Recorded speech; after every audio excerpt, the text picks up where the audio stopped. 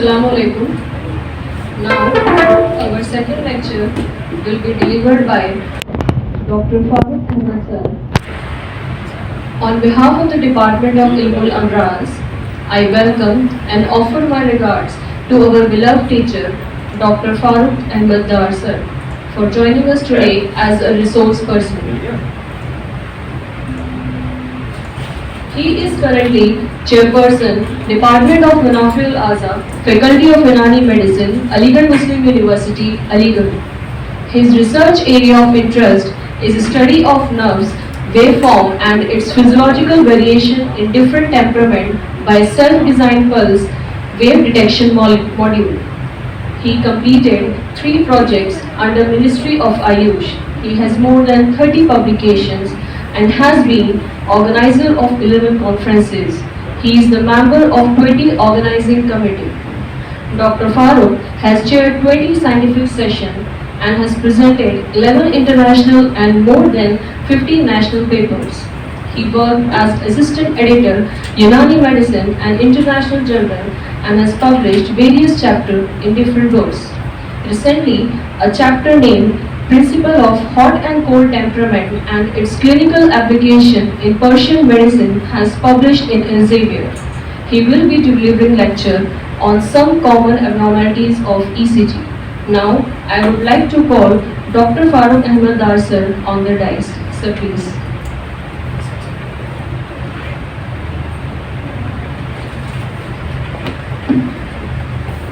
Bismillahirrahmanirrahim. Assalamu alaikum and a very good afternoon to all of you. First of all, thanks to you, Doctor, for such a wonderful introduction of mine. So I don't think I am up to that mark. The topic for today of today's presentation is ECG, common abnormalities. किस language में comfortable रहेगा? Mixed. So when we talk of ECG, electrocardiogram, before that I would like to tell you something about the human mind. The nature of human mind is that it always chooses easy jobs. It's human nature. हम आसान काम पकड़ लेते हैं.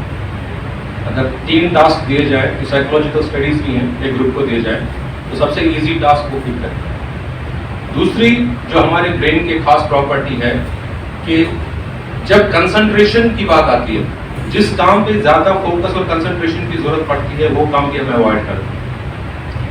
इसीलिए मैं समझता हूँ कि ECG एक ऐसा टॉपिक है जो स्टूडेंट लाइफ से ही हम लोग अवॉइड करते हैं. जब भी इसमें ग्राफ्स, रीडिंग्स, वैल्यूज सब आते हैं तो this topic is always avoided. So I am teaching ECG and its abnormalities for now 10 to 12 years at the department, and I have also delivered these lectures at various platforms. तो आज मैंने ये topic इसीलिए choose किया, मैंने कहा यहाँ teachers हैं तो वो शायद कंसंट्रेशन मेंटेन कर पाए. तो थोड़ा सा आपको नींद भी आएगी क्योंकि जो सेशन है इस पोस्ट लंच सेशन, इसमें वैसे ही जो है मेलाटोनिन, सेरोटोनिन, डोपामिन ये रिलीज होता है और नींद आने लगती है. तो चैलेंज आज के लेक्चर का सबसे बड़ा यही है कि ECG का टॉपिक है और सेशन पोस्ट लंच. तो मैं समझता हूँ कि मेरे लिए सबसे बड़ा चैलेंज है. तो शुरू करते हैं. इलेक्ट्रोकार्डियोग्राम ये कैसे मूव होगा? Thank you. तो सबसे पहले हम देखेंगे सिंपल डेफिनेशन. आप लोग टीचर्स हैं, ऑलरेडी नो दीज थिंग्स. हम बस आज एक रिफ्रेशर चला रहे हैं.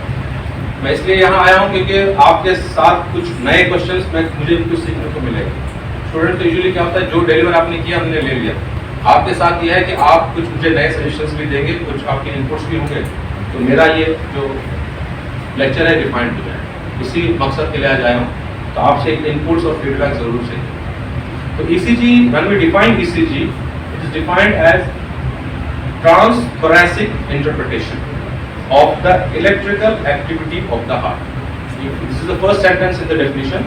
Transthoracic interpretation, और interpretation की जगह हम वर्ड यूज कर सकते हैं recording of the electrical activity of the heart. तो हम मेजर कर रहे हैं electrical activity of the heart. ECG में क्या मेजर करता है? Electrical activity of the heart. लेकिन कहां पे? हार्ट के ऊपर नहीं, हार्ट तो थोरैक्स के अंदर है, हम थोरैसिक लेते हैं, हार्ट से बहुत दूर ले रहे हैं। And it is captured over time. ऐसा नहीं कि एक हमने प्रोब लगा दिया, रिकॉर्ड ले लिया, हटा दिया, no, the recording is made over time, एक वक्फे के लिए ली जाती है and externally recorded by the skin electrodes. देखिए ईसीजी हम डायरेक्ट भी ले सकते हैं हार्ट पे, हम डायरेक्ट हार्ट मसल को एक्सपोज करके इलेक्ट्रोड्स लगा सकते हैं हार्ट के ऊपर। लेकिन मैं समझता हूं अगर ऐसा प्रोसीजर होता तो ईसीजी इतना कॉमन नहीं होता, क्योंकि वो प्रोसीजर बनता इन्वेसिव। तो इसकी ब्यूटी यही थी कि हम हार्ट की इलेक्ट्रिसिटी मेजर कर रहे हैं लेकिन नॉन इन्वेसिव तरीके से, तो सरफेस पे ले रहे हैं, ये इसकी सबसे बड़ी ब्यूटी है। इस वजह से ये सबसे ज्यादा कॉमन हुआ। कॉमनेस्ट जो डायग्नोस्टिक प्रोसीजर कार्डियोवास्कुलर डिजीज में यूज होता है वो ईसीजी है। And why it is done for the diagnostic purpose और research purpose on the human subjects. हम सिर्फ ह्यूमंस की यहाँ बात करेंगे और किस ईसीजी की बात करेंगे। अब ये सबसे बड़ा सवाल है what to expect from ECG. जब हम ईसीजी लेते हैं तो क्या क्या उम्मीदें ईसीजी से है? आमतौर पर ये समझा जाता है, स्टूडेंट्स हमारे समझते हैं कि ईसीजी लेने से हमें वो डायग्नोसिस देगा ये हार्ट में ये बीमारी। ऐसा नहीं है।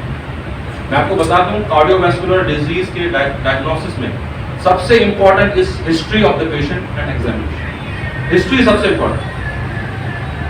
ईसीजी डायग्नोसिस नहीं करके देगा, ये सिर्फ आपकी डायग्नोसिस को कंफर्म करेगा। The diagnosis which is made by the practitioner, by the physician, उस डायग्नोसिस को कंफर्म करता है। डायग्नोसिस आपको पहले बनानी है, फिर ईसीजी में ढूंढना है कि मेरी डायग्नोसिस करेक्ट है या नहीं है। वरना अगर आपने ईसीजी में बिना डायग्नोसिस के डुबकी लगा दी तो आप सिर्फ रिकॉर्डिंग देखते रह जाओगे। तो उसके लिए हिस्ट्री बहुत इंपॉर्टेंट है। मिसाल दूंगा मैं आपको, आपके पास पेशेंट आया, आपने ईसीजी देखा, आपने उसमें कुछ चेंजेस देखी, आपने कहा पेशेंट को एमआई है, मायोकार्डियल इंफार्क्शन, हार्ट अटैक हो गया मरीज को। मरीज चलते हुए आपके पास आ रहा है, क्या बोल रहे हैं डॉक्टर साहब? मैं तो बिल्कुल फिट हूं। तो ईसीजी में एबनॉर्मल चेंजेस इलेक्ट्रिकल एक्टिविटी में आ सकती हैं, पेशेंट अदरवाइज नॉर्मल होगा। इसीलिए पेशेंट की हिस्ट्री इंपॉर्टेंट है। पेशेंट को चेस्ट पेन हुआ तब वो चेंजेस ईसीजी में है, then diagnosis confirm myocardial infarction, तब हार्ट अटैक आप कंफर्म डायग्नोस कर सकते हैं, अदरवाइज। या कभी कभी आप होता है, अरे बाबा तुम्हारा ईसीजी बिल्कुल करेक्ट है, पता चला पेशेंट लेटा हुआ है, यहां कुछ नहीं आया, पेशेंट बिल्कुल। तो ईसीजी नॉर्मल हो सकता है, पेशेंट ठीक नहीं हो सकता। पेशेंट ठीक हो सकता है, पेशेंट ईसीजी एबनॉर्मल हो सकता है। इसीलिए कहा जाता है always treat the patient not the ECG. ECG देख के ट्रीटमेंट शुरू नहीं करना है, पेशेंट देख के शुरू करना है। तो ECG measures electrical activity only, number 1। ये प्रिंसिपल ईसीजी में याद रखेंगे तो सब इजी हो जाएगा, not the pump activity. Heart basically है क्या? पंप। तो हमें जो इंपॉर्टेंट है एक पेशेंट के लिए वो क्या है? पंपिंग एक्टिविटी, है ना। हार्ट पंप कर रहा है तो हमारे लिए ओके है, हार्ट पंप नहीं कर रहा है ओके नहीं। लेकिन ईसीजी क्या मेजर कर रहा है? Electrical activity, not the pumping activity. ये आपके ध्यान में होना चाहिए, ये पंपिंग एक्टिविटी मेजर नहीं कर रहा। अगर आपको पंप देखना है, हार्ट कैसा पंप करना है, तो आपको इको कराना पड़ेगा, you have to go for echo, otherwise this will show only electrical activity। हाँ, ये हो सकता है कि हम ईसीजी से एज्यूम करते हैं कि चूंकि इलेक्ट्रिकल एक्टिविटी करेक्ट है तो पंपिंग भी ठीक होगा, ये एजम्पशन है, होगा। हमेशा ऐसा होगा जरूरी नहीं है, लेकिन मोस्ट ऑफ द टाइम ऐसा ही होता है। अगर electrical activity is good, we assume pumping is also good. तो इस पे पूरा ये मत रिलाई करें कि इलेक्ट्रिकल एक्टिविटी ओके तो पंपिंग भी ओके होगा, ऐसा नहीं है। पंपिंग भी ओके हो सकता है और 99% ऐसा ही होता है, लेकिन उल्टा भी हो सकता है कि ECG said pumping is not good. ये आप ध्यान में होना चाहिए। सेकंड जो मैं बता चुका हूं, ECG is just a tool to arrive at a diagnosis and not an end in itself, right. Clinical diagnosis depends on history and examination, ये मैं बता चुका हूं। ईसीजी क्या क्या आइडेंटिफाई करता है ये पता होना चाहिए। सबसे आराम से बिना पेशेंट देखे, अभी मैंने कहा पेशेंट की हिस्ट्री भी जरूरी है, लेकिन एक कंडीशन है जिसमें पेशेंट की हिस्ट्री भी जरूरी नहीं है, ईसीजी बता देगा। एक ही कंडीशन है, वो है एरिथमियास, जो आप ईसीजी से देख के बता सकते हैं। पेशेंट कहीं भी हो, पेशेंट की हिस्ट्री भी ना हो, तब भी आप बता सकते हैं कि पेशेंट को रिदम गड़बड़ है। रिदम मींस ईसीजी का एक पैटर्न होता है। तो arrhythmias easily diagnose by the ECG. इसके अलावा क्या क्या ईसीजी डायग्नोज कर सकता है? सबसे कॉमनेस्ट आपने देखा होगा MI, myocardial infarction, ischaemia, pericarditis, hypertrophy, चाहे लेफ्ट वेंट्रिकुलर हाइपरट्रॉफी हो या right ventricular hypertrophy, electrolyte disturbance, electrolytes में भी डिस्टर्बेंस होता है तो ईसीजी में आता है, क्योंकि हार्ट एक मसल है और मसल में कंट्रैक्शन के लिए इलेक्ट्रोलाइट्स आपको पता है, सोडियम पोटेशियम बहुत इंपॉर्टेंट है, कैल्शियम बहुत इंपॉर्टेंट है। तो अगर बॉडी में सोडियम पोटेशियम और कैल्शियम में वेरिएशन आएगा तो हार्ट की इलेक्ट्रिकल एक्टिविटी में भी वेरिएशन आएगा। इसमें सबसे इंपॉर्टेंट होता है हाइपरकैलिमिया, बहुत इजीली डायग्नोस होता है। हाइपोकैलिमिया भी बता देता है इसकी, लेकिन हाइपरकैलिमिया बहुत आसान है। इसके अलावा ड्रग टॉक्सिसिटी, ये भी चेंजेस ईसीजी में आ सकते हैं, खास तौर से वो ड्रग्स जो हार्ट के ऊपर इफेक्ट करते हैं। इसमें सबसे इंपॉर्टेंट एक ड्रग अब कम यूज होती थी लेकिन अभी भी इस्तेमाल कहीं गई होती, पहले बहुत होती थी, दैट इज डिजॉक्सिन। ठीक है ना, और ये इसमें पता चल सकता है। अब सवाल ये है कि हार्ट में जो हम इलेक्ट्रिकल एक्टिविटी मेजर करते हैं ईसीजी में, वो कहां से आया? यू ऑल नो, है ना, कहां से आती है? हार्ट मसल है, ये सब मानते हैं, मसल है, कार्डियक मसल है। 3 टाइप के मसल आप लोग पढ़ाते हैं, skeletal muscle, smooth muscle and cardiac muscle. तो इट्स अ मसल, और ये कॉन्ट्रैक्ट करता है, बिल्कुल करता है, पैदाइश से लेकर मरने तक कॉन्ट्रैक्ट करता है। तो जब मसल कॉन्ट्रैक्ट करता है, इसका मतलब कोई भी मसल तब तक कॉन्ट्रैक्ट नहीं करता जब तक ना उसमें डीपोलराइजेशन हो जाए। क्या ना हो जाए? डीपोलराइजेशन। ये आपको पता है, जब डीपोलराइजेशन होगा तभी मसल कॉन्ट्रैक्ट कर रहा है। तो अगर हार्ट कॉन्ट्रैक्ट कर रहा है, इसका मतलब उससे पहले डीपोलराइजेशन और रीपोलराइजेशन हो रहा है। तो वही इसीलिए हम बेसिकली हार्ट की कॉन्ट्रैक्शन से पहले जो नेसेसरी डीपोलराइजेशन और रीपोलराइजेशन है, डीपोलराइजेशन क्या है? इलेक्ट्रिकल एक्टिविटी है हार्ट की। यानी अगर नॉर्मल एक मसल हम ले लें, रेस्टिंग पोजीशन में उसके अंदर नेगेटिव चार्ज होता है और बाहर मेम्ब्रेन के बाहर पॉजिटिव चार्ज, ये नॉर्मल है, इंनर नेगेटिव आउटर पॉजिटिव। ठीक है, अब डीपोलराइजेशन जब कहते हैं तो उसमें क्या होता है? पोल्स चेंज हो जाते हैं, इसलिए उसको कहते हैं डीपोलराइजेशन। यानी अंदर पॉजिटिव होगा, बाहर नेगेटिव होगा। जब ये पोजीशन होती है तो उसी टाइम मसल कॉन्ट्रैक्ट करता है, और उसकी थोड़ी देर बाद क्या होता है? ये रीपोलराइज हो जाता है, यानी पहली पोजीशन पे आता है, बाहर पॉजिटिव, अंदर नेगेटिव, बाहर पॉजिटिव। अब उसको क्या कहेंगे? रीपोलराइजेशन। तो यहां चेंज हुआ पोल्स, कभी पॉजिटिव, कभी नेगेटिव, कभी पॉजिटिव, कभी नेगेटिव। यही electrical activity of the heart है जो हम मेजर करते हैं। So every muscle contraction is preceded by electrical change called depolarisation, और ईसीजी वही मेजर करता है। अक्सर जो 10th, 11th, 12th में साइंस पढ़ी होगी तो आपको मालूम होता है हमेशा इलेक्ट्रिकल एक्टिविटी किससे मेजर करते हैं? गैल्वेनोमीटर से, है ना। वोल्टमीटर ही होता है ये, लेकिन ये थोड़ा सेंसिटिव होता है और ये डीसी वोल्टेज मेजर करता है, यानी पॉजिटिव नेगेटिव जिसमें होता है। एक तो ये बिजली है, दिस इज एसी, जो बैटरी में होती है दैट इज डीसी। तो ये गैल्वेनोमीटर बेसिकली डीसी वोल्टेज और माइन्यूट वोल्टेज के लिए होता है। ये आपने लैब में भी यूज किया होगा 9th class, 10th class, 11th, 12th में। This is called as galvanometer. इसमें आप देखोगे सुई बीच में है, दिस इज 0। पॉजिटिव वोल्टेज होगा तो सुई किधर जाएगी? उधर, है ना, राइट साइड में, प्लस में। और अगर नेगेटिव वोल्टेज होगा तो इधर जाएगा। अब इसमें नीचे पॉइंट्स लगे हैं, ठीक है ना, एक ब्लैक कलर का पॉइंट है, एक रेड कलर का पॉइंट है। ब्लैक इज हमेशा नेगेटिव होता है। अब कार की बैटरी पे भी देखोगे ब्लैक का जो कैप होगा वो नेगेटिव है, जो रेड कैप है वो क्या है? तो जब आप यहां से 2 तार लोगे, एक नेगेटिव से और एक, और इसको नेगेटिव और पॉजिटिव से जोड़ोगे, किससे जोड़ोगे? यानी नेगेटिव को नेगेटिव से, पॉजिटिव को। अगर वहां पे वोल्टेज हुआ तो डिफ्लेक्शन हमेशा पॉजिटिव होगा, ये ईसीजी में याद रखना। सेल का मेम्ब्रेन अंदर से क्या है? नेगेटिव, अभी बताया, बाहर क्या होता है? पॉजिटिव। अगर मैंने नेगेटिव सेल के अंदर रख दिया, यानी नेगेटिव नेगेटिव से, और ये क्या है? पॉजिटिव, ये कहां रखा? सेल के बाहर। अब सेल का जो भी वोल्टेज होगा मेम्ब्रेन का, ये हमेशा पॉजिटिव ले जाएगा। और अगर मैंने उल्टा कर दिया, उल्टा मींस नेगेटिव पोल के साथ पॉजिटिव वोल्टेज है, पॉजिटिव के साथ नेगेटिव जोड़ दिया, डिफ्लेक्शन उल्टी है। ये प्रिंसिपल है, ये ईसीजी में ये प्रिंसिपल याद रखना। क्या? Correct polarity, positive deflection, reverse polarity. अब ईसीजी क्या है? मैं गैल्वेनोमीटर क्यों पढ़ा रहा हूं? This is basically ECG. यही ईसीजी जो है, जो यहां मशीन रखी है, it is basically a modified galvanometer. ठीक है ना। फर्क सिर्फ इतना है कि ये जो सुई है इसकी जगह पेन लगा हुआ है, क्या लगा हुआ है, और ये जो मीटर है पीछे, इसकी जगह ग्राफ पेपर लगा है, इसकी जगह ग्राफ पेपर लगा है, ठीक है ना। ये पेन है और ये क्या है, ग्राफ पेपर। इससे वो है ना 30 इधर 30 माइनस, इसकी जगह मैंने ग्राफ पेपर लगा, ठीक है ना। और उसको थोड़ा सा घुमा दिया, ऐसे घुमा दिया बस।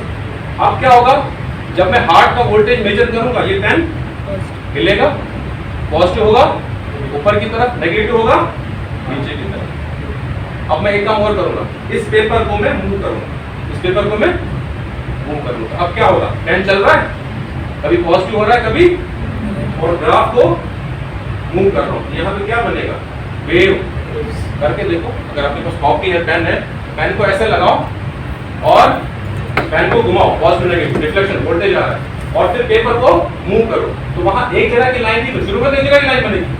जो ही आपने पेपर मूव किया, आपका साइन वेव नजर आएगा। ये ECG, this ECG is basically modified galvanometer where pen is replaced by this needle and the backdrop, इसके voltage है, that is replaced by the graph. आपका डेमो भी है, लेकिन मैं साथ साथ चलूंगा, ठीक है ना। ये पुराने जमाने का ECG है।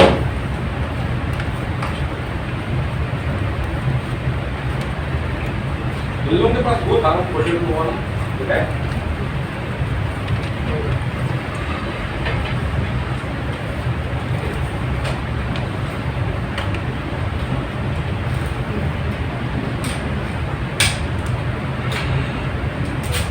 देखिए ये है ग्राफ पेपर, ठीक है ना।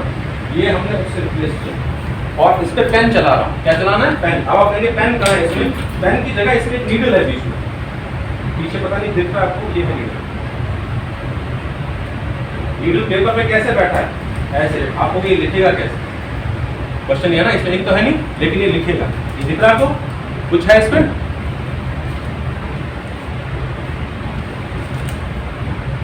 कुछ है क्या, लाइन दिख रही है, मेरे हाथ में तो पेन नहीं है, तो इस पे मार्किंग कैसे आ गई है।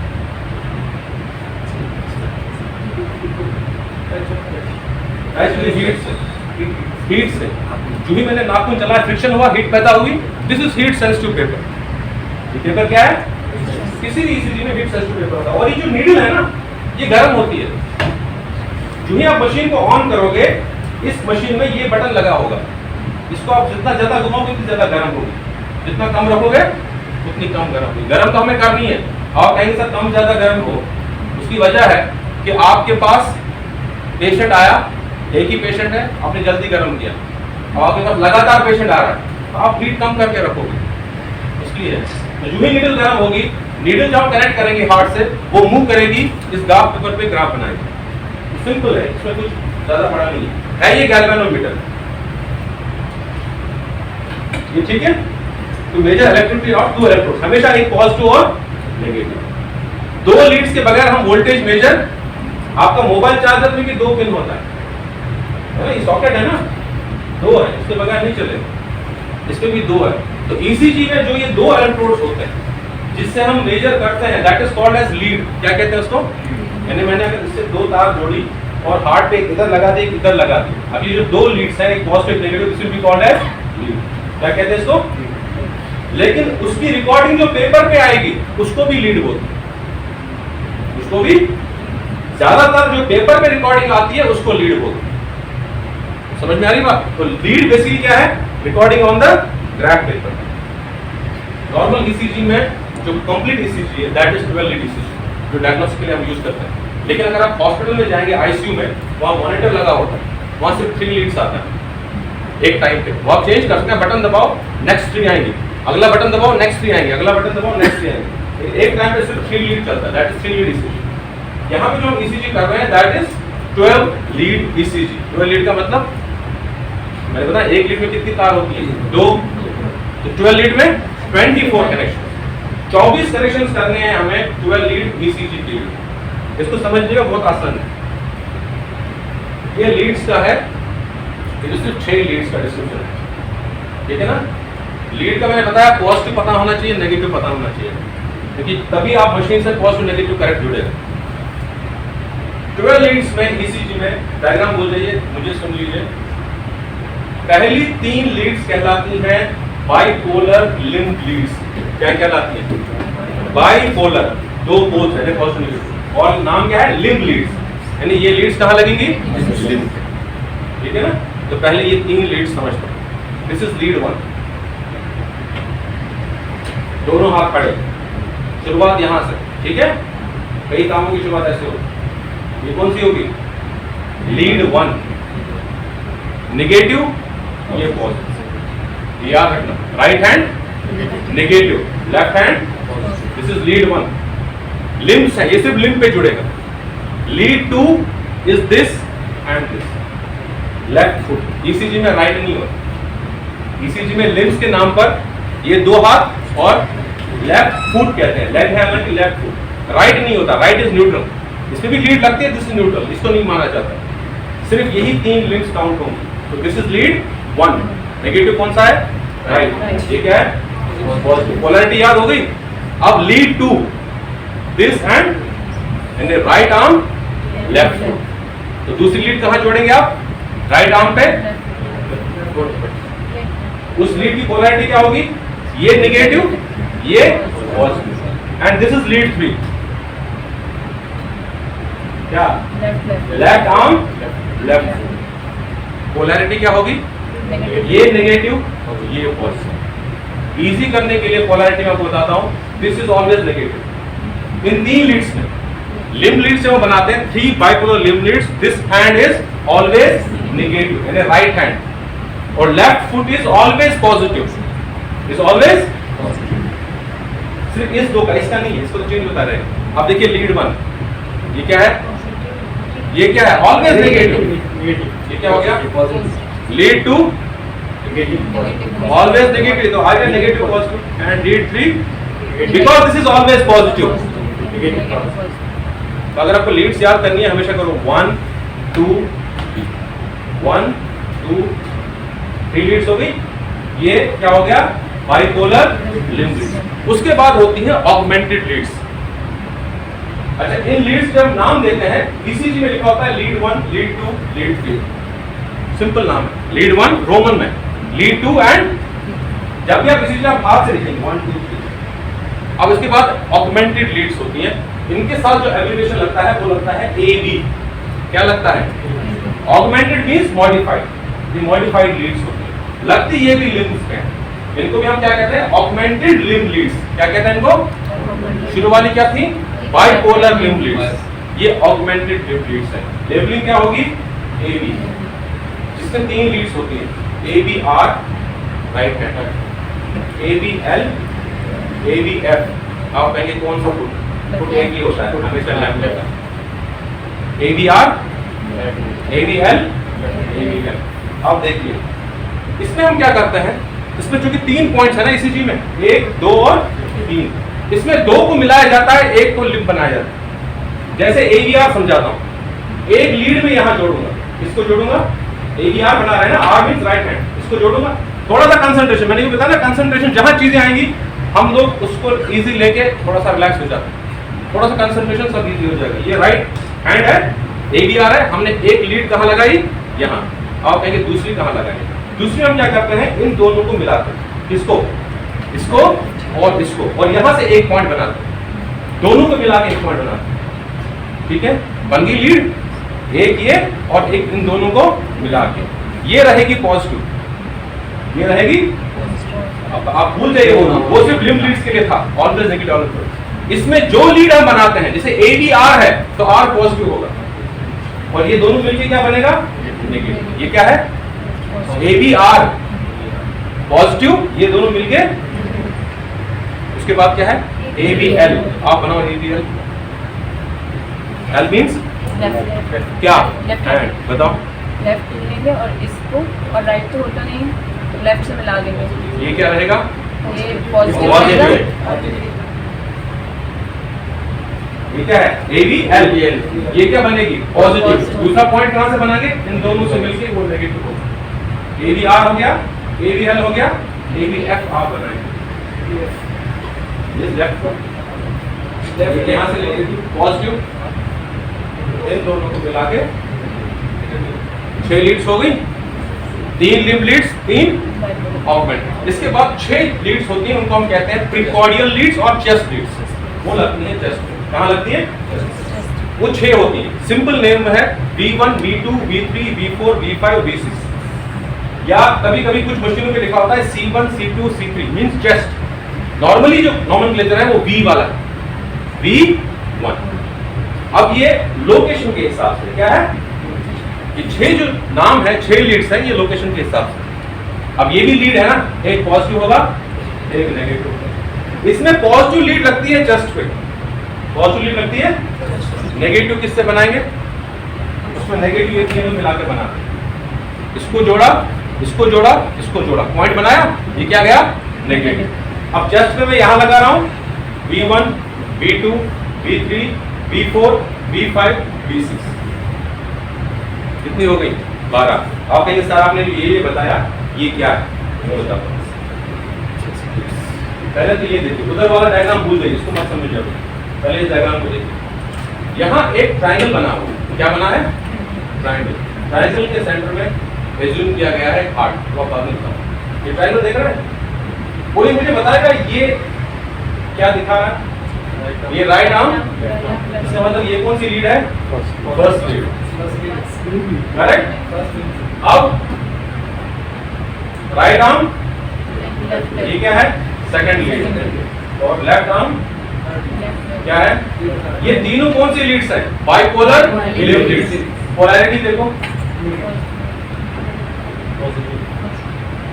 एक के साथ पॉजिटिव के साथ ये ट्रायंगल बनता है लीड्स का, लीड 1, लीड 2, लीड 3, हार्ट इसी के सेंटर में। इस ट्रायंगल का बड़ा फायदा है क्योंकि लीड की डायरेक्शन भी यही होगी, बाद में बताऊंगा मैं। कि जो हमारी लीड 1 है वो हार्ट को यहां से देखती है। कहां से? यहां से। इस तरह लीड 2 जो है वो यूं है ना, हमारे हार्ट को यहां से देखती है। तो प्रॉब्लम अगर यहां पे होगी वो लीड 2 में आएगी। और लीड 3 कैसे देखती है? नीचे से। तो यहां प्रॉब्लम होगी वो लीड 3 में आएगी। इजी है, इसलिए आप याद। और ये ऑगमेंटेड देखिए, अंदर से बनाया ऑगमेंटेड। समझ में आ रहा है? अब आएंगे हम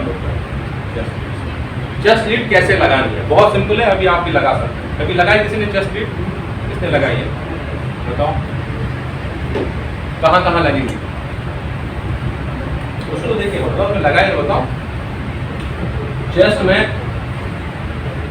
2 एरियाज में सारी 6 चेस्ट लीड्स लगेंगी। 4th intercostal space, 5th intercostal space. पहले तो किस एरिया में लगनी है? 4th इंटरकॉस्टल एंड, ठीक है, इतना याद रहेगा। 4th और 5th के बीच में सारी लीड्स लगेंगी। अब आप बताएंगे सर 4th इंटरकॉस्टल स्पेस कहां पे है? पेशेंट देखा है ना, मुझे क्या बतानी है? 4th intercostal. कैसे आइडेंटिफाई करते हैं? एनाटॉमी में पढ़ा होगा। निपल्स के नीचे तो 4th इंटरकॉस्टल, निपल के नीचे जो होती है वो 5th इंटरकॉस्टल स्पेस होती है। लोकेट कैसे करते हैं? एनाटॉमी सब भूल गए, बहुत मुश्किल ढूंढना है। उससे आसान तरीका बताओ, जो सर्फेस एनाटॉमी पढ़ा होगा, एनाटॉमी बुक खोल दीजिए। ये कौन सी हड्डी है? स्टर्नम। ऊपर का एक हिस्सा हो गया, क्या कहता है? नीचे का। ये दोनों जुड़ते हैं 163 के एंगल पे होता है, उसको क्या कहते हैं? Sternal angle. सबने पढ़ा होगा। ये उबार है यहाँ पे, एक तो ये नॉच है जहाँ ट्रैकिया होता है, उसके नीचे आएंगे क्या है, कहलाता है ये एंगल ऑफ लुई भी कहलाता है, ये स्टर्नल एंगल। स्टर्नल एंगल के इधर हमेशा सेकंड रिब होगी, हमेशा इस एंगल के इधर कौन सी रिब होगी? सेकंड रिब के जस्ट नीचे सेकंड रिब कॉस्टल स्पेस हो गया। फिर रिब लोकेट कीजिए, third rib, third intercostal space, fourth rib, locate हो गया फोर्थ इंटरकॉस्टल स्पेस। अब हमें क्या करना है? फोर्थ इंटरकॉस्टल स्पेस में स्टर्नम में V1 लगेगी राइट साइड में, स्टर्नम के इस बॉर्डर, फोर्थ इंटरकॉस्टल में राइट साइड। V2 लगेगी V1 इधर।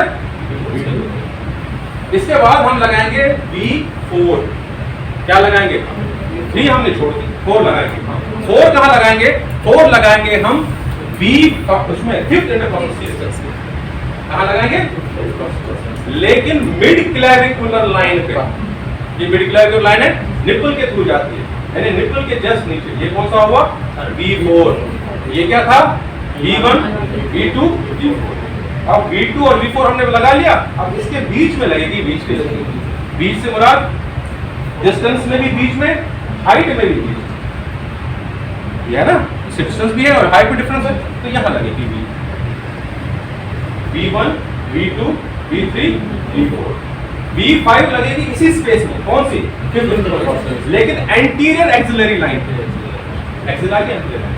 और V6 लगेगी इसी स्पेस में मिड एक्सिलरी लाइन। 6 लीड्स हो गई, 6 लीड्स लगा लीजिए और कर लीजिए। आप कितने कनेक्शन लगाने हैं?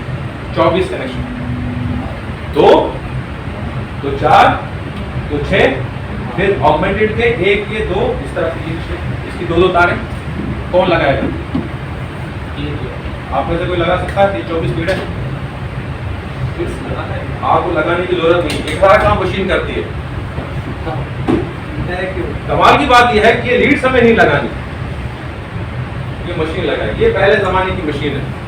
इसका 3 लिंक्स देखो, 3 links, right arm, left foot. ये पानी के ड्रम में जिसमें नमक पड़ा हुआ है। नमक क्यों होता है? ये कंडक्टर है। चौथा पैर नहीं पड़ा, देखो। उसके बाद इतना बड़ा मशीन क्या है, अब तारें जोड़ ली, ये स्विच होता था, यानी जब वो लीड 1 मेजर करते थे तो स्विच घुमाते थे तो ये 2 कनेक्ट होते थे। क्या होते थे? नेगेटिव कनेक्ट हो गए। अब जो रिकॉर्डिंग आ रही वो क्या है? लीड 1। उसके बाद बेचारे फिर वो स्विच घुमाते थे उस मशीन पे। अब क्या जुड़ता था? ये और ये, नेगेटिव और लीड टू रिकॉर्डिंग आ। ये पुरानी मशीन। अब आप देखिए नई जो हम आजकल चलाते हैं, इसमें क्या है? इसमें हम सिर्फ 3 लीड जोड़ेंगे, एक इधर लगाएंगे, एक इधर लगाएंगे, एक इधर लगाएंगे। ठीक है, इसमें भी लगाते हैं वो न्यूट्रल को लगाएगा, और 6 लोकेशन, क्योंकि ये लोकेशन के हिसाब से 1 2 3 4 5 6 ये लगा के छोड़ दिया। उसके बाद उसकी मशीन को ऑन करेंगे। जब मशीन ट्रेस देगी लीड 1, इसका मतलब वो किसका ट्रेस दे रही है? इन 2 पॉइंट्स। ठीक है, जब लीड 2 इन 2 पॉइंट्स, और लीड 3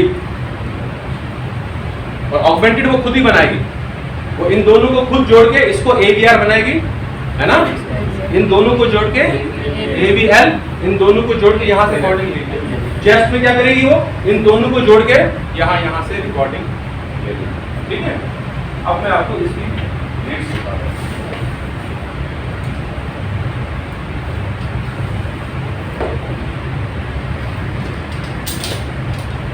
आप दोनों में सिखा रहे हैं। हाँ, आ जाओ भाई, चाचा आप आ जाओ। हाँ, चलिए। आ जाओ।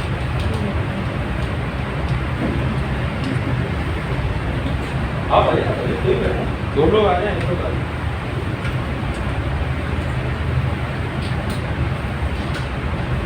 देखिए जो बड़े क्लिप है ना,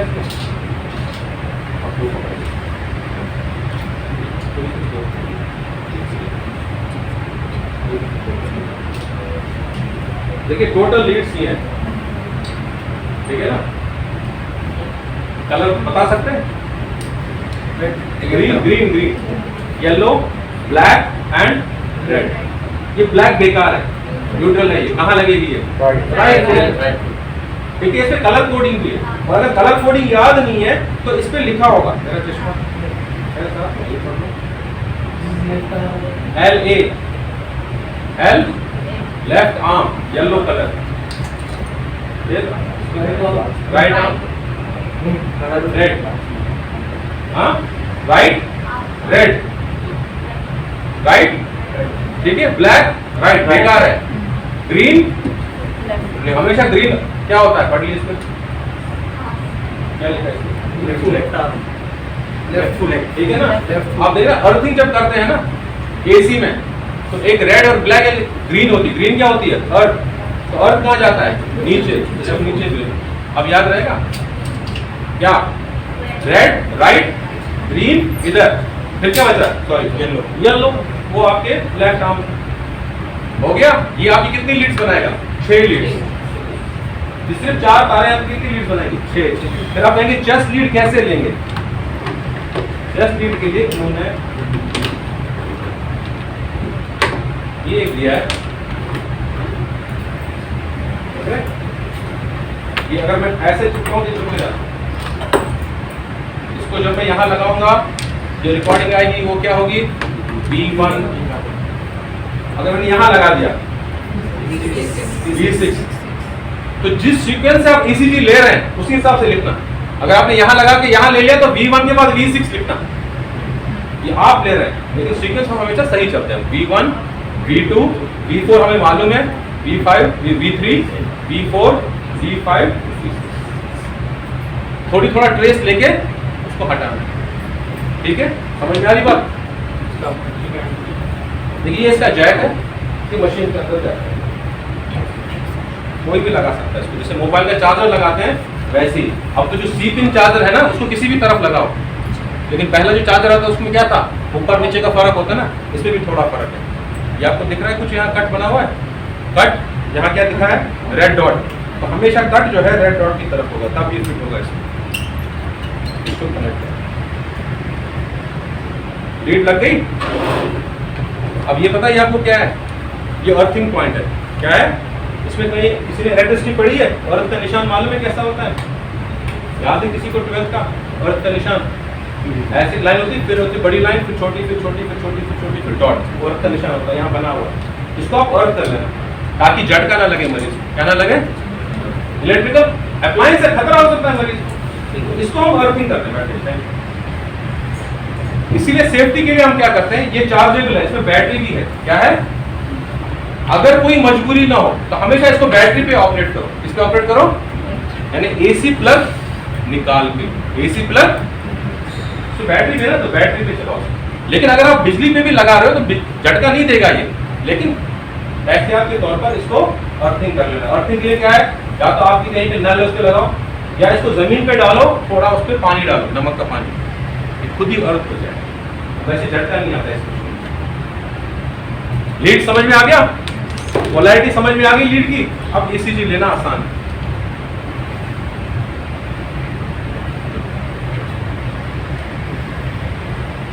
इसके नीचे का पॉइंट आप ECG समझने के लिए याद, although the heart has 4 chamber, सबको मालूम है ना 4 चैम्बर है, लेकिन from the electrical point of view, क्योंकि हम ECG पढ़ रहे हैं वो क्या है, इलेक्ट्रिकल। कितने चैम्बर्स हैं? 2 ही चैम्बर्स। ECG के लिहाज से हम हार्ट को 2 हिस्सों में डिवाइड करते हैं, ऊपर का एट्रिया, नीचे का वेंट्रिकल। अब आप कहेंगे ये इलेक्ट्रिकल के हिसाब से अलग क्यों है? क्योंकि इन दोनों के बीच में कनेक्शन नहीं होता, बिजली का कनेक्शन। जैसे ये तार है, ये तार दोनों मिल रहा है लेकिन स्पार्क नहीं हो रहा, क्यों? बीच में क्या है, रबर। बीच में क्या है? इसी तरह एट्रिया की जो इलेक्ट्रिकल एक्टिविटी है वो वेंट्रिकल से कनेक्ट नहीं होती, क्योंकि बीच में, ये ज्यादा मैटर आप लोग बताएंगे, मुझे नहीं मालूम, एक फाइब्रस रिंग होती है। एट्रिया और वेंट्रिकल के बीच में फाइब्रस रिंग होती है, पढ़ा है? क्या कहते हैं उसको? एन्युलस फिब्रोसिस। जिससे फिर आपके वॉल्स भी निकलते हैं, ये फाइब्रस टिश्यू है। एट्रिया क्या है? Muscle tissue. इलेक्ट्रिकल एक्टिविटी किस में होगी? मसल टिश्यू में। वेंट्रिकल्स क्या है? Muscle tissue. इलेक्ट्रिकल एक्टिविटी किस में होगी? मसल टिश्यू में। बीच में दोनों के क्या है? Fibrous tissue. फाइब्रस टिश्यू में इलेक्ट्रिकल एक्टिविटी होती है? नहीं। इलेक्ट्रिकल एक्टिविटी सिर्फ मसल में होती है या नर्व्स में होती है? और तो फाइब्रस टिश्यू में। इसीलिए दोनों हिस्से हार्ट के अलग अलग हैं इलेक्ट्रिकल पॉइंट ऑफ व्यू से, लेकिन कुदरत ने इन दोनों के बीच में एक कनेक्शन दे रखा है। उसके अलावा बिजली का, इलेक्ट्रिसिटी का कंडक्शन पॉसिबल नहीं है। उस कनेक्शन को हम कहते हैं बंडल ऑफ हिस। क्या कहते हैं? वही एक सर्किट है जिसकी वजह से एट्रिया की इलेक्ट्रिकल एक्टिविटी कहां पहुंचती है? वेंट्रिकल। अगर बंडल ऑफ हिस कट जाए या उसकी फिब्रोसिस हो जाए, है ना, पैथोलॉजी में आप लोग फिब्रोसिस पढ़ाते होंगे, तो क्या होगा? एट्रिया का कंडक्शन वेंट्रिकल्स में पास नहीं होगा। ये ECG का बेसिक है, यहीं से आप डायग्नोस करेंगे। कोई भी ECG हो दुनिया का और कुछ भी चेंज हो, उसके पीछे लॉजिक है। लॉजिक तभी आप समझेंगे जब आपने बेसिक प्रिंसिपल समझे हो ECG का। पहला प्रिंसिपल याद रखना, एट्रिया अलग है, वेंट्रिकल्स दोनों आपस में कनेक्टेड नहीं है क्योंकि फाइब्रस रिंग है। एक ही कनेक्शन है, वो क्या है? Bundle of. जब तक वो सलामत है, एट्रिया का कंडक्शन कहां पहुंचेगा? वेंट्रिकल्स। ये इसको हम कहते हैं वायरिंग डायग्राम। जैसे घर का वायरिंग होता है ना, ये हार्ट का वायरिंग डायग्राम सबने पढ़ा होगा। सबसे पहले ऊपर ये लिखिए, this is called SA mode. कहां होता है? राइट एट्रियम में। कहाँ पे होता है? जहाँ पे सुपीरियर वेना केवा एंटर होती है, ऐसे नोड। उसके बाद आपने पढ़ा होगा दूसरा नोड, इसको हम कहते हैं एवी नोड। ऐसे नोड और एवी नोड के बीच में भी फाइबर्स होते हैं, these are called as internodal fibres. क्या कहलाता है ये? आप देखेंगे यहाँ पे 3 तरह के इंटरनोडल फाइबर्स हैं, अलग अलग नाम है ना, anterior, internodal tract, middle and posterior. ठीक है, एवी बन एक लाइन इधर भी जाती है, कभी कभार कुछ पेशेंट्स में यहाँ भी जाती है, इसको क्या कहते हैं? बैकमैन्स बंडल। ठीक है, लेकिन जो हमने रेगुलर कॉमन पढ़ा है वो क्या है? AV node, sorry SA node, AV node, फिर ये है बंडल ऑफ जो एट्रिया और वेंट्रिकल्स को इलेक्ट्रिकली कनेक्ट करते हैं। बंडल ऑफ इसके बाद नीचे इसके 2 ब्रांचेस बन जाते हैं, left bundle branch, right bundle branch. सीधा सीधा है ना, ये क्या है? Right left. फिर ये वेंट्रिकल मसल मास में फैलता है जिसको हम पर्किंजी फाइबर्स कहते हैं। क्लियर है? ये वायरिंग डायग्राम है। और हार्ट का जो इलेक्ट्रिकल एक्टिविटी है इसी पैटर्न पे चलेगा। जिसको ये वायरिंग डायग्राम याद है वो इजी समझेगा। सबसे पहले शुरुआत कहां से होती है? ऐसे नोड से, क्योंकि यही इंपल्स जनरेट करता है,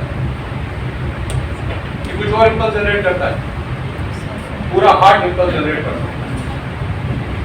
कुदरत ने, ये सबसे इंपॉर्टेंट है ना, पैदा होने से कब तक, ये बैठ गया, ये वाइटल ऑर्गन है, इसीलिए उसने सिक्योरिटी, एडिड सिक्योरिटी लगाया। अगर ये फेल हो गया ना तो ये भी चल जाएगा, ये फेल हो गया ना तो ये भी चल जाएगा, ये फेल हो गया ना तो ये चल जाएगा, ये फेल हो गया तो हार्ट का मसल चल जाएगा। गर्ल्स की हार्ट का हर हिस्सा पोटेंशियल जनरेट करने के सलाह करता है, लेकिन हार्ट सिर्फ उसकी सुनता है जिसकी फायरिंग रेट सबसे ज्यादा होती है, वही पैटर्न फॉलो करेगा।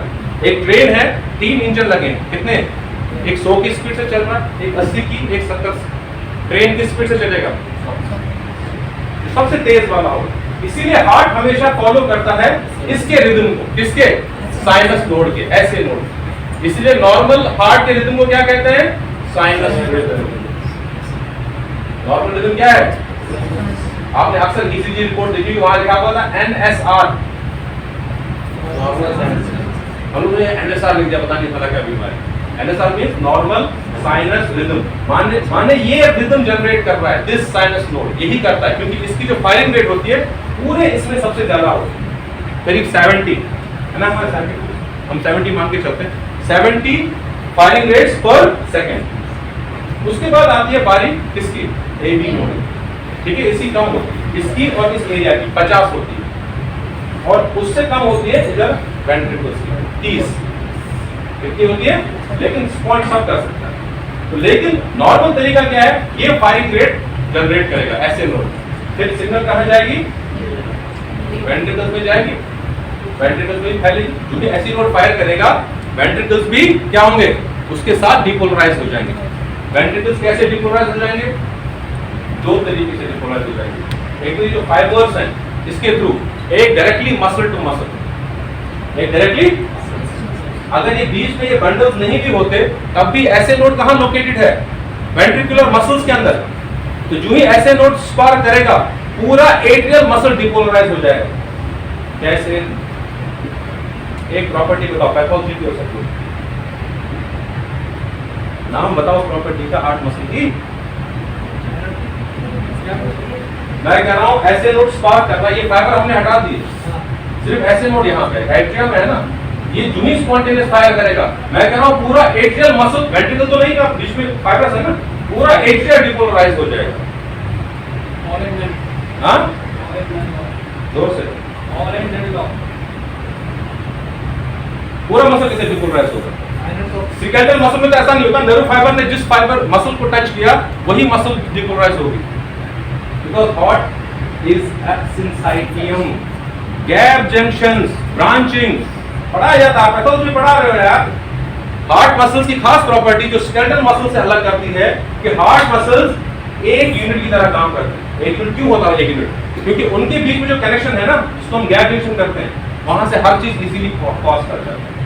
और ब्रांचिंग होती है, यानी आप एक मसल फाइबर को स्टिमुलेट करो, पूरा हार्ट स्टिमुलेट हो जाएगा। यहाँ पूरे से मतलब पूरा एट्रियम। जो ही ऐसे नोड स्टिमुलेट होगा पूरा एट्रिया डीपोलराइज हो जाएगा, बिकॉज हार्ट इज ए सिनसाइटियम। पढ़ाते हैं बच्चों को। Good. उसके बाद सिग्नल कहां पहुंचेगा? AB node. एबी नोड में खुदा ने एक तरकीब दी है कि ये इंपल्स को डिले करता है। क्या करता है? कुछ सेकंड्स का, मिली सेकंड्स का इसमें क्या होता है? डिले। डिले के बाद फिर सिग्नल कहां पहुंचेगा? बंडल ऑफ इसमें और पूरे वेंट्रिकल में फैल जाएगा। अब कहेंगे एबी नोड में डिले क्यों है? जब हम हार्ट का कंट्रैक्शन पढ़ाते हैं ना, हम कहते हैं हार्ट कंट्रैक्ट करता है यूं यूं यूं यूं। हार्ट ऐसे कंट्रैक्ट नहीं करता, हार्ट ऐसे कंट्रैक्ट करता है। ये क्या है? एट्रिया। ये क्या है? वेंट्रिकल। ये ऐसे कंट्रैक्ट करता है। पहले फिर डायस्टोल। तो सिस्टोल वहां पे एट्रियल सिस्टोल पहले होता है, फिर वेंट्रिकुलर सिस्टोल होता है। ये जो गैप आया ये सिर्फ इस डिले की वजह से जो एबी नोड देता है। आप कहेंगे ये डिले क्यों रखा? फिलिंग के लिए, क्योंकि एट्रिया 25% ब्लड वेंट्रिकल्स में फिल करता है। तो अगर ये एक साथ करेंगे तो क्या होगा? नीचे के जो वाल्व्स हैं मिटल और ट्राइकस्पिड वो क्या होंगे? बंद, और एट्रिया का ब्लड वेंट्रिकल्स में नहीं जाएगा। इसीलिए अभी वो वाल्व्स खुले होते हैं, एट्रिया कॉन्ट्रैक्ट करता है, ब्लड वेंट्रिकल्स में जाएगा, फिर वेंट्रिकल्स काउंट करेंगे। ये इंटर जो वेंट्रिकुलर वाल्व्स है मिटल एंड ट्राइकस्पिड बंद हो जाएंगे, ब्लड आर्टरी और पल्मोनरी आर्टरी में चला जाएगा। ये डिले बहुत इंपॉर्टेंट है। ये समझ में आ गया? इसी पे ईसीजी चलता है सर। ये मैं नहीं समझाऊंगा, टाइम बहुत हो रहा है, आप लोगों को नींद आ रही है। ये है टिपिकल ईसीजी। क्या है टिपिकल? मींस जो आपने पढ़ा है किताब में, ये आसान है। अगर ऐसा ईसीजी होता सबसे मजेदार टॉपिक थे, लेकिन ईसीजी ऐसा नहीं है। ऐसा नहीं होने से मतलब इतना साफ सुथरा नजर नहीं आता, बहुत टिपिकल होता है। देखिए ये टिपिकल ईसीजी है। आमतौर पर ईसीजी में ये वेव्स नजर आती है। ईसीजी बेसिकली क्या है? इलेक्ट्रिकल एक्टिविटी का, हार्ट का चेंज होना, कभी डिपोलराइज कभी रिपोलराइज, यही तो है बस। वही हम मेजर कर रहे हैं। बजाय वोल्ट्स में हमने ग्राफ पेपर पे लिया तो ऊपर जाएगा, ऊपर गया मींस पॉजिटिव वोल्टेज, नीचे गया मींस नेगेटिव वोल्टेज। तो सबसे पहले एक वेव ये नजर आती है ईसीजी में, जिसको हम कहते हैं पी वेव। क्या कहते हैं? P wave. पॉजिटिव वेव है, यानी ग्राफ से ऊपर की तरफ है, this is positive wave, P wave. ये उस टाइम पैदा होती है जब एट्रिया यानी ऊपर का हिस्सा डीपोलराइज होता है। यानी जो ही ऐसे नोड ने फायर किया, फौरन एट्रिया क्या हो गए? डीपोलराइज। जो ही एट्रिया डीपोलराइज हो जाएंगे, ईसीजी रिकॉर्ड करेगा इलेक्ट्रिकल एक्टिविटी, उसको हम क्या कहते हैं? P wave. So P wave represents atrial depolarization। क्या? Depolarization। इसका मतलब जो ही ये वेव बन गई, एट्रिया क्या करेंगे? कॉन्ट्रैक्ट। ईसीजी दिखाता है कॉन्ट्रैक्ट? नहीं, सिस्टम दिखाता है ना, डायस्टोल। मैंने बता नहीं, पंपिंग नहीं बताती, ये इलेक्ट्रिकल एक्टिविटी बताता है। तो इसलिए P wave बता दिया डिपोलराइज हो गया, इसका मतलब यहाँ कहीं पे एट्रिया डिपोलराइज हो रहे हैं, मतलब कॉन्ट्रैक्ट हो रहे हैं, सॉरी, हो गए। उसके बाद क्या होता है? सिग्नल कहाँ पहुंचा? वेंट्रिकल्स में। अब वेंट्रिकल्स करेंगे डीपोलराइज। क्या करेंगे? उससे जो वेव बनती है उस वेव को हम कहते हैं QRS। तीन वेव्स का एक मजमुआ है, a collection of three waves। Q wave जो नेगेटिव वेव है, दिख रही है, और R वेव, ये Q वेव है, वापस आ गई बेसलाइन पे। अब यहाँ से जो शुरू होगी वो कौन सी है?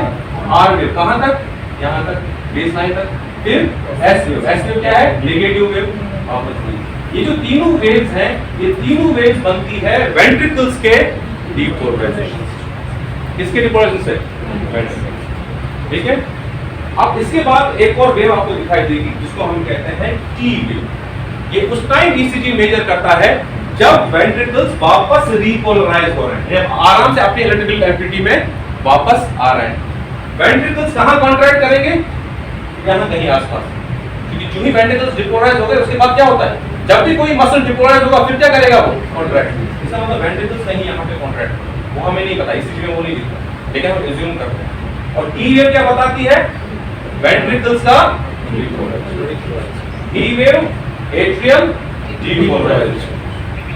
ये QRS ventricular depolarisation, T wave ventricular repolarisation. अब यहाँ पे सवाल है, एट्रियल वेंट्रिकुलर रिपोलराइजेशन, इसकी रिपोलराइजेशन कहां गई? अगर एट्रिया वेंट्रिकल्स की डिपोर्शन वेव भी है और रिपोर्शन वेव भी है। एट्रिया की तो डिपोर्शन दिख गई, इसकी रिपोर्शन कहां गई? मर गई, हाइड हो गई। वो उसी टाइम होती जब ये क्यूआरएस पैदा होता है, क्योंकि इसका वोल्टेज बहुत ज्यादा है। किसका? वो छोटी वेव होगी, वो नजर नहीं आती। या ऐसे हमने एक लंबा आदमी खड़ा कर दिया सामने और पीछे छोटा आदमी, तो जब आप सामने से देखेंगे आपको क्या दिखेगा? पीछे का नहीं दिखा, वो एडजस्ट कर रहा है लेकिन वो है नहीं, वहां पे दिख नहीं रहा। तो इसीलिए ये 3 वेव्स आएंगी। दूसरा सवाल, ये क्या है? Ventricular depolarisation. ये क्या है? ये ऐसी क्यों है? ये ऐसी क्यों है? एक ही जैसे हो ना, हमारे लिए भी आसानी होती पढ़ाने में भी देखने में भी। ये ऐसी क्यों बनी? देखिए याद रखें, जब मैं स्टूडेंट से पूछता हूँ हार्ट, जब आप देखते हो विजुअलाइज करते हो, क्या देखते हो? वो कहते हैं हम 4 चैम्बर्स देखते हैं। क्या देखते हैं? मैं उनसे कहता हूँ जब मैं हार्ट विजुअलाइज करता हूँ मैं सिर्फ एक चैम्बर देखता हूँ, वो है लेफ्ट वेंट्रिकल। जब हार्ट चलाते हैं ना तो हमेशा दिमाग में, चाहे आप फिजिशियन हो, प्रैक्टिशनर हो, टीचर हो, फिजियोलॉजी पढ़ा रहे हो, वर्कलोड ऑफ द हार्ट पढ़ा रहे हो, सबसे इंपॉर्टेंट होता है लेफ्ट वेंट्रिकल। बेसिकली हार्ट वही है, क्योंकि पूरे हार्ट ब्लड बॉडी में पंपिंग कौन करता है? Left ventricle. इसकी सबसे ज्यादा ताकतवर कौन सा होता है? सबसे मोटा मसल मास किसका होता है? जिसका मसल मास ज्यादा उसका डिपोलराइजेशन इफेक्ट ज्यादा, क्योंकि वेंट्रिकल्स बड़े हैं इसलिए उसका वेव बड़ा है। एट्रियल्स बहुत छोटे होते हैं, जितना हम डायग्राम में देखते हैं उससे छोटे, वो फ्लैप्स होते हैं कान की तरह, वो सिर्फ ऊपर नीचे होते हैं, तो बहुत छोटा होता है एट्रियल मसल मास, इसलिए उसकी जो वेव है बहुत छोटी है। अब सवाल ये है इसकी भी एक ही बड़ी होती, नेगेटिव पॉजिटिव नेगेटिव क्यों हो रहा है? ठीक है ना, क्वेश्चन है ना, ये उसका आंसर। क्यों छोटी है? मैंने बताया muscle mass of atria is small, इसलिए पी वेव छोटी है। अब दूसरा क्वेश्चन जो है कि क्यूआरएस ऐसे 3 वेव्स का कॉम्प्लेक्स क्यों है? उसका आंसर है when the depolarization wave spreads.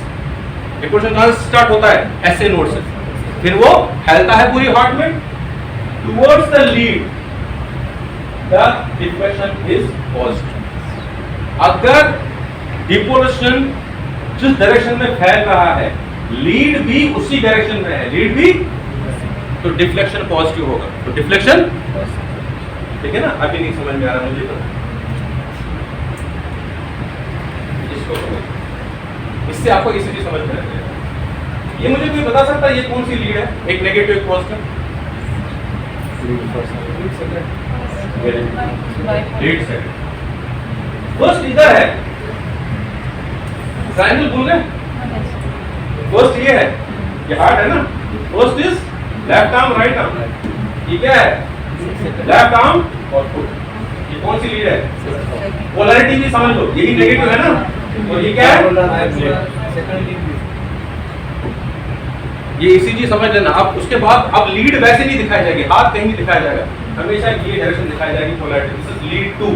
हमने ईसीजी के साथ लीड 2 जोड़ लिया, हम सिर्फ लीड 2 पढ़ रहे हैं ईसीजी पे। अब देखिए क्या हो रहा है। मान लीजिए हार्ट में डिपोलराइजेशन स्टार्ट हो गया, क्या हो गया? कहां से स्टार्ट होगा? किस तरफ फैलेगा? पूरे हार्ट में। हम ये मान के चलते हैं इस डायरेक्शन में फैल रहा है, इस डायरेक्शन में, इधर लीड जिस डायरेक्शन में है। भाई डिपोलराइजेशन स्प्रेड का मतलब जहां से स्टार्ट हो रहा है वो नेगेटिव होता है और जिस तरफ डिपोलराइजेशन जाता है वो पॉजिटिव होता है। तो डिपोलराइजेशन का पोलैरिटी क्या है? Negative positive. हमने लीड कौन सी जोड़ी है? Same polarity. शुरू में मैंने कहा था नेगेटिव नेगेटिव के साथ पॉजिटिव, डिफ्लेक्शन क्या होगा? अब मान लीजिए डिपोलराइजेशन थोड़ा सा इस डायरेक्शन में जा रहा है, किस डायरेक्शन में? आप कहेंगे सर अभी तो आपने कहा इस डायरेक्शन में जा रहा है, एज्यूम कर लीजिए। अब डिपोलराइजेशन इस डायरेक्शन में जा रहा है, क्योंकि मैं आपको आगे बताऊंगा कि हार्ट में जो डिपोलराइजेशन होता है ना वो एक डायरेक्शन में नहीं चलता, वो कभी इधर होता है, कभी इधर होता है, कभी इधर होता है। तो चूंकि डिपोलराइजेशन शिफ्ट होता रहता है तो क्या होगा?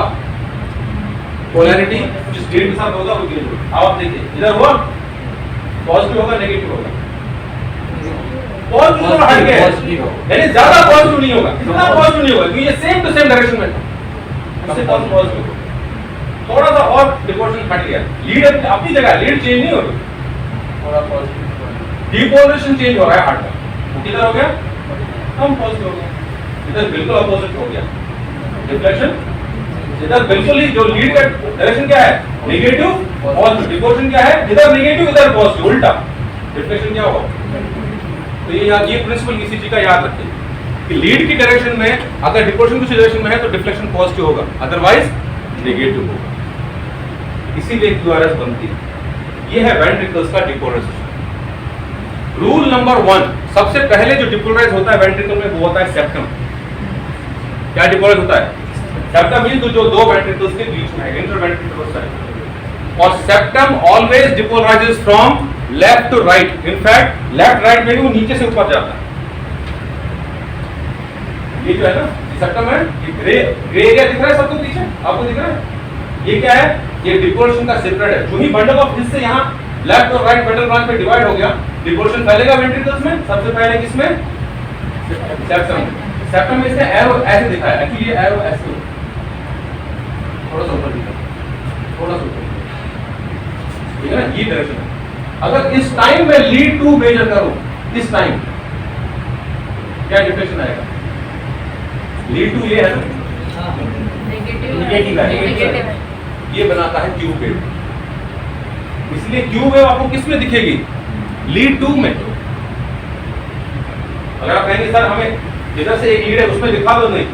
इसीलिए क्यू वेव हर ईसीजी, जैसे मैंने बताया टिपिकल ईसीजी है क्यू आर एस, हर जगह क्यू आर एस नहीं बनता, कहीं पे सिर्फ आर एस होगा।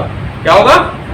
हर ईसीजी वेव में याद रखिए क्यू पूरा क्यू आर एस नहीं बनता, कहीं कहीं पे क्यू गायब है। तो यहाँ पे अगर क्यू बनेगी तो किसमें बनेगी? Lead to. समझ में आ रहा है? ये दिख रहा है? क्या हुआ? नीचे गया, बिल्कुल अपोजिट। उसके बाद ये हिस्सा डिपोलराइज होना शुरू हो गया। अब ज्यादातर जो डिपोलराइजेशन है इस डायरेक्शन में, अब ये किस डायरेक्शन में पड़ रहा है? सीधा सीधा लीड टू।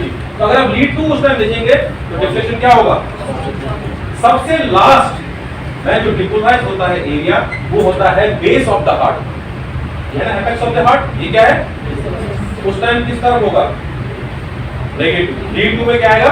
तो जो पहले ऊपर गई थी अब वो नीचे आएगी। तो तीन वेव्स बन गई क्यू आर एस, इसलिए कि सेप्टम पहले लेफ्ट टू राइट, फिर एपेक्स ऑफ द हार्ट, फिर बेस ऑफ द हार्ट। तो लीड टू को जब भी आप मेजर करोगे चाहे तो लाइट बंद कर देगा, ये इस तरह से क्यूआरएस बनता है। यहां तक समझ में आ गया?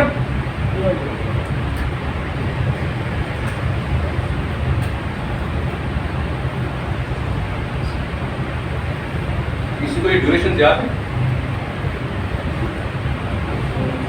एक स्मॉल बॉक्स 1 mm का होता है, वो 0.4 सेकेंड कवर करता है। Very good. और voltage? Volt 1 MV, 1 volt. 1 volt बोला गया।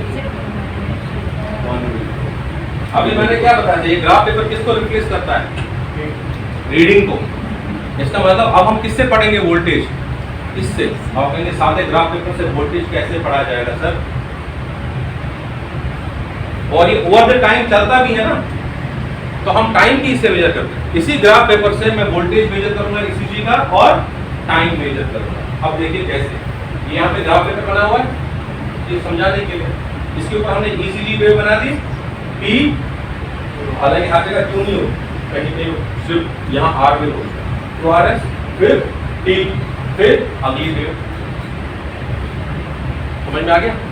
अब ईसीजी में हम क्या देखते हैं?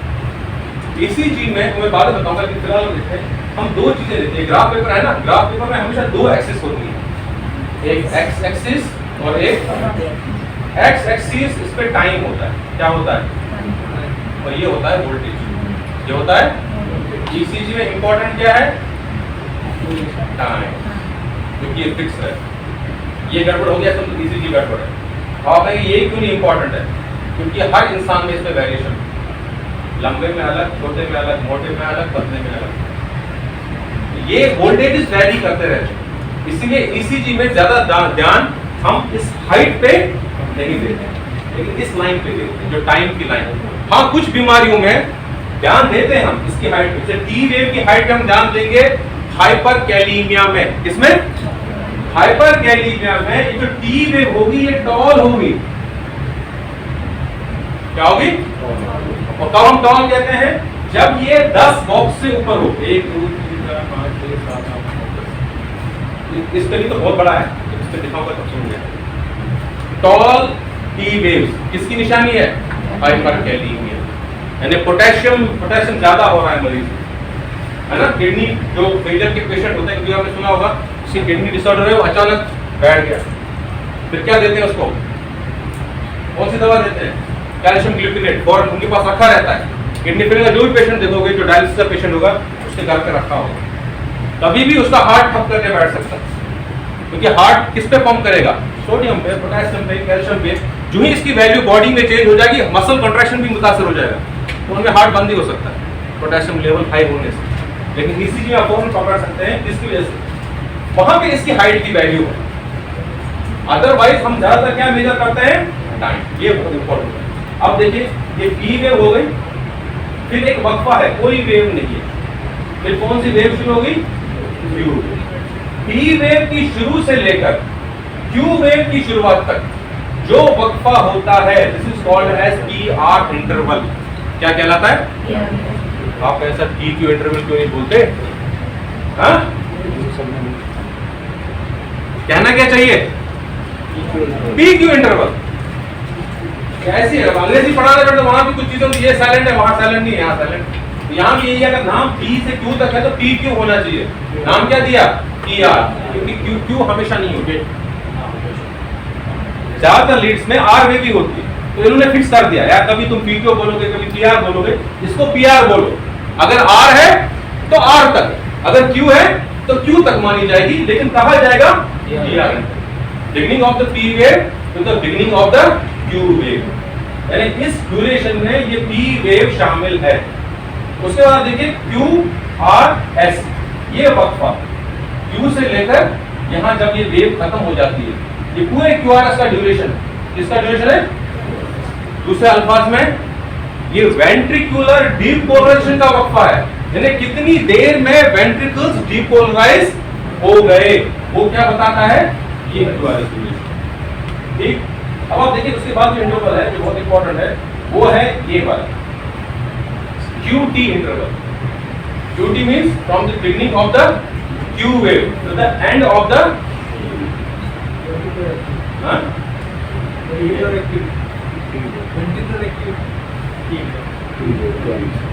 ये पूरी वेंट्रिकुलर एक्टिविटी है, ये पूरा इसका डिपोर्शन भी है और डिपोर्शन वेरी गुड। तो QT इंटरवल पूरा वेंट्रिकुलर होता है। तो कितने इंटरवल्स हो गए?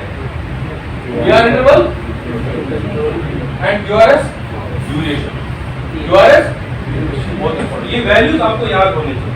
अब नीचे वैल्यूज दिए हैं, PR interval, QRS duration, QT interval and RR। RR interval दो ECGs के बीच का होता है। RR क्या होता है? इस वेव की R का और अगली जो बीट शुरू हुई हार्ट की, उसके बीच में ये है RR इंटरवल। तो कुल मिला के इंटरवल है, कोई ज्यादा मुश्किल काम नहीं है, इनके वैल्यूज याद रखना। किसको वैल्यूज याद रहेगा?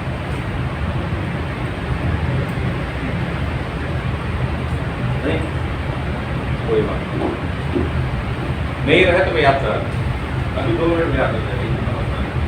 अब हम कई इंटरवल थे, उन पे डिस्कस ना करके एक इंटरवल मैंने खास तौर से लिया, जिसको हम कहते हैं QT इंटरवल। जैसे मैंने बताया, वो क्या बताता है? पूरा वेंट्रिकल था, उसमें डिपोर्शन भी है, फिर एक गैप भी है, फिर डिपोर्शन भी है। QT इंटरवल जब अक्सर लिखा होता है, जैसे यहाँ भी लिखा था इससे पहले वाले में, तो लिखा है ना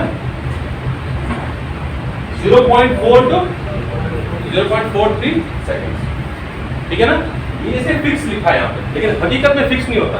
QT इंटरवल वेरी करता है हार्ट रेट के साथ, इसके साथ। इसीलिए अक्सर जब हम रिपोर्ट करते हैं QT रिपोर्ट करते हैं, तो हम उसे हार्ट रेट की करेक्शन के बाद शामिल करते हैं, उसको हम कहते हैं QTC करेक्टेड। क्या कहते हैं? या QTC, वो क्या है? QT corrected. क्यों करेक्ट करना पड़ता है? क्योंकि QT varies with heart rate. उसका एक फॉर्मूला है, कई फॉर्मूले, 2 फॉर्मूले यहाँ दिए हैं, बेसेल फॉर्मूला, ऑड्स फॉर्मूला। इतना याद रखिए, ये करेक्ट करना पड़ता है। कभी आप ECG रिपोर्ट करें, कोई इतना बड़ा मसला नहीं है, मैं आपको शॉर्ट में बता दूंगा, है ना। ये 10 से 11 बॉक्स के बीच में होता है। कितने बीच में होता है? 10 से 11 बॉक्स। उससे ज्यादा हुआ तो क्या है? प्रोलॉन्ग QT इंटरवल, है ना। नॉर्मल कितना है? 10 बॉक्स। इसमें हम 10 बॉक्स गिनेंगे, उससे ज्यादा है तो क्या है, जब प्रोलॉन्ग होगा तब फॉर्मूला लगाना है, वरना नहीं लगा। जब तक नॉर्मल है जरूरत क्या है, करेक्ट। तो उसके सिंपल फॉर्मूला है QT जो आपने मेजर किया, फिर प्लस 1.75 HR माइनस 60। तो उससे इजी ये होता है, लेकिन अंडर रूट से हम डरते हैं इसलिए हम नहीं करते। QT divide by under root आ रहा है, ये मैंने आपको छेड़ने के लिए बीच में रखा था। मैं आपकी कंसंट्रेशन चेक कर रहा है, ठीक है ना, क्योंकि इसकी जरूरत नहीं है। आप देखिए इस ECG पेपर से हम लोग कैसे वोल्टेज, हालांकि उतना इंपॉर्टेंट नहीं है, और टाइम कैसे मेजर करते हैं। ग्राफ पेपर कितने लोगों को याद है? ये सिंपल वही ग्राफ पेपर है जो जिसका हम घर में या बच्चों की कॉपी के पीछे ग्राफ पेपर होता है, सेम। इसमें छोटे छोटे बॉक्स होते हैं और हर बॉक्स कितना होता है, 1 mm का होता है, दोनों तरफ से, इधर से भी 1 mm, ऊपर से भी। फिर 5 बॉक्सेस, छोटे बॉक्सेस का एक गुच्छा बनता है, उसमें बीच में मोटी लाइन होती है। कितनी लाइन होती है, मोटी लाइन दिख रहा है आपको, मोटी लाइन दिखती है। पहले छोटे छोटे, फिर उसके बाद एक बड़ा, छोटे छोटे, फिर उन्हें 5 बॉक्सेस का एक बॉक्स होता है। वही यहाँ ग्राफ पेपर में दिखाएं। यहाँ पे जो आपको ये दिख रहा है, ये ग्राफ पेपर का छोटा बॉक्स है, और ये जो मोटी लाइन है ये ग्राफ पेपर का बड़ा। इसमें कितने बॉक्स आ गए, 1 2 3 4 5। ये जो एक बॉक्स होता है, 5 बॉक्सेस का जो एक बॉक्स है, इट्स ड्यूरेशन इज 0.2 सेकंड। कितना होता है, और अगर छोटे बॉक्स का देखोगे वो 0.04 सेकंड्स होता है। लेकिन यूजुअली ECG हम रिपोर्ट करते हैं मिली सेकंड्स में। किसमें, ये कितना बन गया, 40 मिली सेकंड्स, ये बन गया 200 मिली सेकंड्स। या छोटा बॉक्स 40 मिली सेकंड्स, 5 बॉक्स का जो एक होता है 200 मिली सेकंड। ठीक है ना, समझ में आ रही बात? कोई बता सकता है 1 सेकंड कितना होगा? इस पे ये तो 0.2 सेकंड है, 1 सेकंड कितना होगा?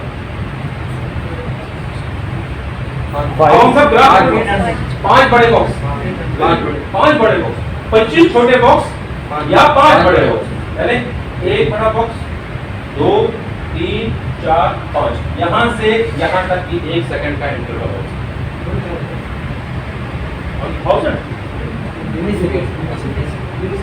1 सेकंड, आप सेकंड की बात कर रहा हूं।